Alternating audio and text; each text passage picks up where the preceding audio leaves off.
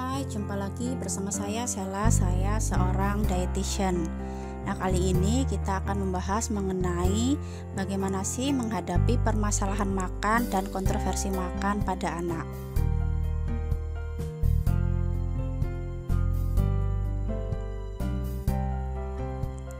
Nah, mengapa sih kita harus memperhatikan asupan dan pola asuh anak kita, khususnya terkait makanan? Yang pertama tentunya karena pada usia 0 sampai 2 tahun ini merupakan golden period atau periode emas pertumbuhan anak.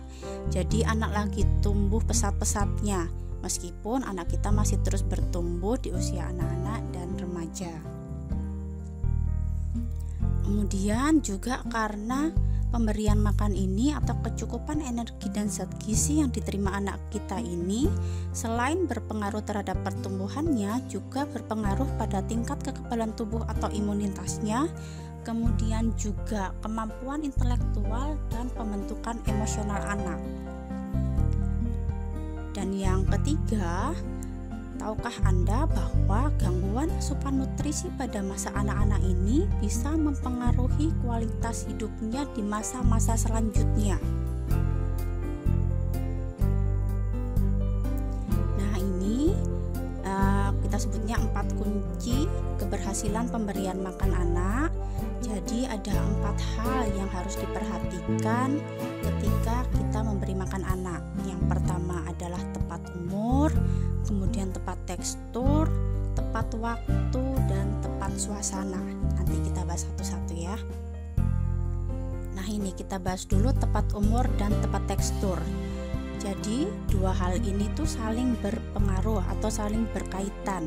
Kita harus memberikan tekstur makan yang tepat sesuai dengan usia anak. Jadi di sini kita tahu 0 sampai 6 bulan kita hanya memberikan ASI saja. Mengapa? Karena fungsi saluran cerna anak belum siap untuk menerima lebih dari itu. Kemudian juga karena ASI ini merupakan makanan yang terbaik pada anak pada usia 0 sampai 6 bulan. Kemudian di usia 6 bulan selain ASI kita juga harus menambahkan makanan pendamping ASI. Karena ASI saja sudah tidak cukup, harus diberikan lebih dari itu. Nah, di usia 6 sampai 8 bulan ini kita berikan makanan lemat atau makanan saring kayak gitu sebagai pembelajaran tekstur untuk anak. Nah, di usia 9 bulan kita tingkatkan tekstur makanannya agak lebih keras. Jadi kita berikan makanan lunak atau makanan lembik. Dan di usia 12 bulan kita sudah memperkenalkan makanan ini teksturnya sama seperti makanan yang kita makan atau kita sebutnya makanan keluarga. Dan jangan lupa ASINya diteruskan sampai usia 2 tahun. Lalu ini yang berikutnya adalah tepat waktu. Nah, maksudnya tepat waktu ini kita harus menerapkan waktu yang tepat kapan anak harus makan. Sebaiknya kita menetapkan jadwal makan untuk anak. Jadi anak harus sarapan, harus makan siang, harus makan sore atau makan malam. Nah, itu sudah kita tentukan jadwalnya. Harapannya kalau kita sudah punya jadwal makan untuk anak, anak akan hafal kapan waktunya makan. Jadi ketika kita berikan makan untuk anak, lebih minim kemungkinan anak menolak makanan yang kita berikan. Lalu selanjutnya adalah tepat suasana. Jadi kita sebisa mungkin menciptakan suasana makan yang tenang dan menyenangkan. Dan suasana makan goal kita ini adalah kita bisa makan bersama-sama di meja makan.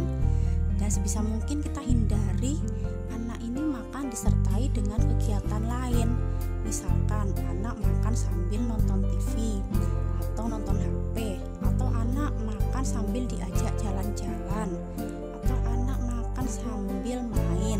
Nah, kalau dibiarkan terus seperti ini, nanti anak akan hafal, oh kalau makan berarti aku harus misalkan sambil nonton TV ya, berarti kalau makan harus sambil nonton TV terus. Kalau enggak nonton TV dia nggak mau makan. Nah, kan kita susah sendiri kalau seperti itu. Mungkin sekali 2 kali kita toleransi, nggak apa-apa lah ketika anak susah makan, tetapi kita upayakan goal kita adalah kita selalu makan di meja makan dengan suasana yang tenang dan berkumpul dengan satu keluarga, seperti itu.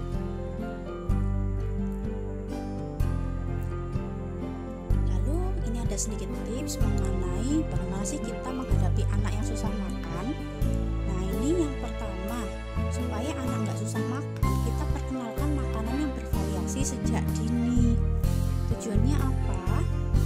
Supaya anak ini ketika kita sudah memperkenalkan makanan yang bervariasi sejak awal, yaitu sejak anak boleh makan usia 6 bulan, anak ini di masa-masa pertumbuhan berikutnya dia nggak akan jadi anak yang pemilih cuma mau makan itu aja, karena di sejak awal sudah kita perkenalkan makanan yang bervariasi.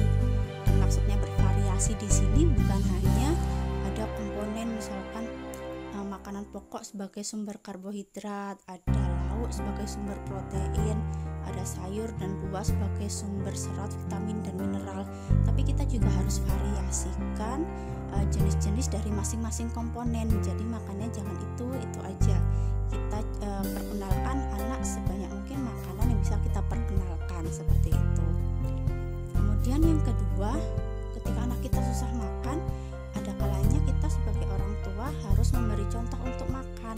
Misal anak kita nggak suka makan pepaya, nolak kalau diberi makan pepaya. Nah, upaya kita sebagai orang tua, kita contohkan, kita makan pepayanya di depan anak. Nah, namanya anak, kita itu adalah role modelnya anak. Anak meniru apa yang kita lakukan. Dengan kita makan pepaya tadi, diharapkan anak akan mau juga makan pepaya. Mungkin si anak tadi mikir, kenapa ya kok aku harus makan pepaya padahal orang-orang di sekitarku nggak makan pepaya. Mungkin seperti itu.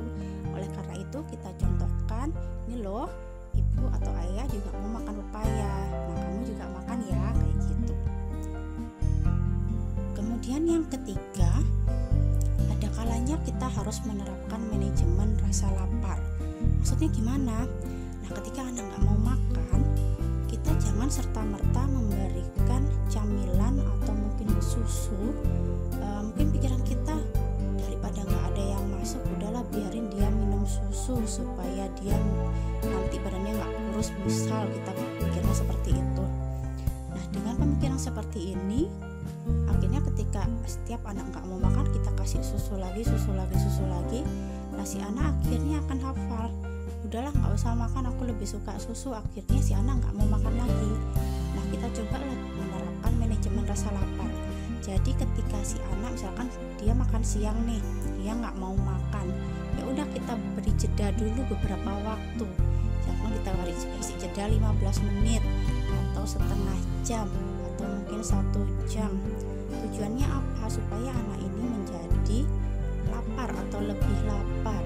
Dan ketika anak sudah lebih lapar, biasanya dia lebih mau menerima makanan. Jadi jangan serta-merta kita langsung tawarkan camilan yang lain atau susu untuk menggantikan makan, gitu ya.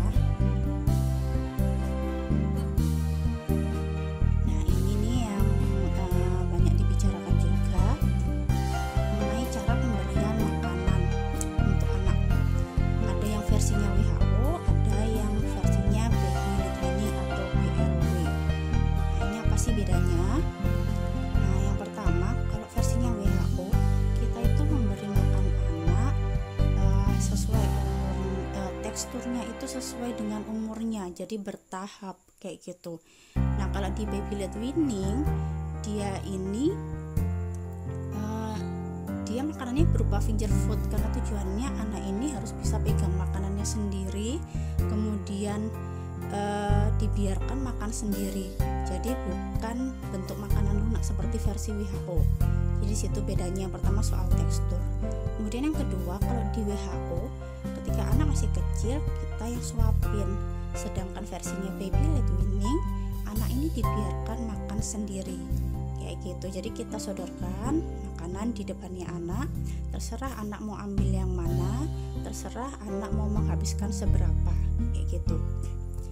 Nah, kalau anak dibiarkan makan sendiri sesuai dengan keinginannya seperti ini, ada muncul kekhawatiran bahwa asupan anak ini mungkin kurang karena jenis apa yang dia ambil terserah dia, seberapa banyak dia makan juga terserah dia.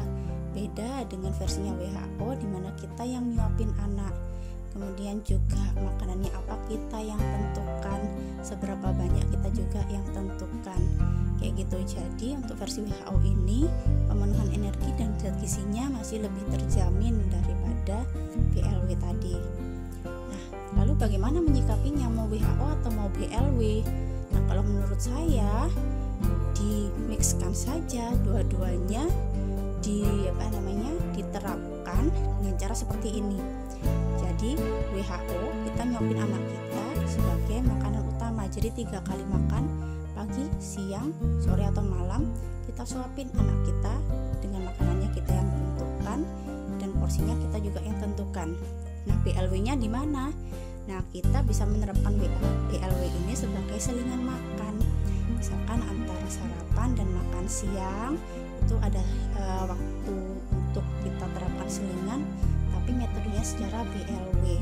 Kita sodorkan beberapa makanan finger food, kemudian kita terserah anak kita mau milih yang mana, mau makan seberapa. Jadi bisa 2-3 kali kita terapkan BLW dalam sehari, yaitu sebagai selingan antara sarapan dan makan siang, kemudian sebagai selingan antara makan siang dan makan sore, dan mungkin setelah makan malam, mungkin jarak 1 atau 2 jam setelah makan sore atau makan malam bisa kita terapkan BLW lagi, seperti itu. Jadi dimixkan saja keduanya. Lalu ini lagi ada yang namanya gerakan tutup mulut. Gerakan tutup mulut ini adalah ketika anak kita mogok makan, nggak mau makan. Yang kayak gimana itu? Ada yang anaknya benar-benar mulutnya terkunci, benar-benar nutup, nggak mau buka mulutnya ketika kita sodorkan makanan. Tapi ada juga yang termasuk juga di gerakan tutup mulut ini adalah anaknya kita sudah berhasil masukin makanan ke mulut anak, tapi sama si anak ini malah dilepeh atau malah disembur. Nah, ini juga termasuk di gerakan tutup mulut kayak gitu. Yang intinya makanan ini tidak jadi ditelan tapi malah disembur atau dilepeh tadi. Nah, ini kenapa sih kok bisa kayak gini? Penyebabnya bisa jadi karena suasana makannya tidak menyenangkan. Jadi anaknya nggak mood makan kayak gitu. Penyebabnya bisa macam-macam. Mungkin karena dia kecewa akan sesuatu, mungkin minta apa atau apa tidak kita berikan, atau mungkin dia kecewa atau akan hal lain gitu ya. Jadi suasananya dia udah nggak mood duluan. Jadi meskipun kita suapin ya dia nggak bakal mau makan kayak gitu. Bisa juga karena anaknya sakit. Kalau anak sudah sakit ya pastikan kadang nggak mood ya, nggak mau makan, nafsu makan menurun. Akhirnya dia GTM tadi, gerakan tutup mulut. Bisa juga karena anak ini ternyata tidak lapar. Jadi kalau belum lapar ya ketika kita suapin sangat mungkin terjadi gerakan tutup mulut atau anaknya nggak mau makan. Dan yang paling bahaya di sini adalah karena trauma. Trauma ini bagaimana? Karena suatu hal akhirnya setiap kali waktu makan dia lihat makanan aja udah takut, dia nggak mau makan.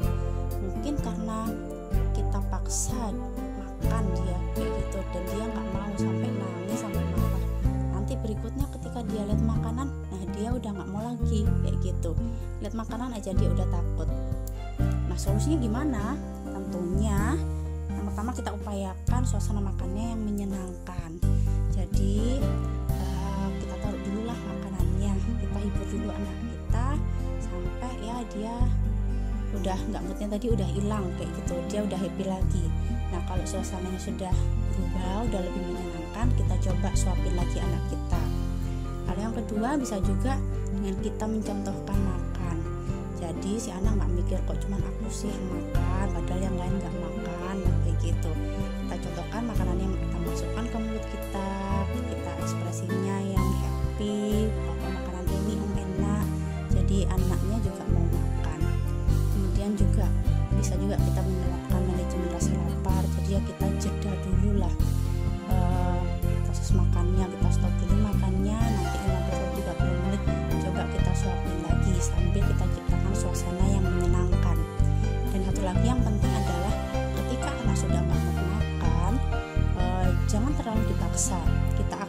proses makan saat itu juga, kemudian kita jeda 15 atau 30 menit, kita coba lagi. Tujuannya apa? Nah, kalau anak dipaksa makan terus-terusan nanti dia trauma. Takutnya ketika kita buat makanan, dia udah duluan nangis atau duluan marah-marah kayak gitu. Nah, kalau kayak gini kan anak jadi nggak mau makan. Jadi begitu anak sudah nggak mau makan, ya sudah, kita stop dulu sebentar, nanti kita coba lagi kayak gitu. Nah, sekian yang bisa saya berikan wawasannya hari ini. Semoga bermanfaat, dan jangan lupa subscribe ya teman-teman. Kalau ada yang mau ditanyakan bisa tanya di kolom komentar. Terima kasih.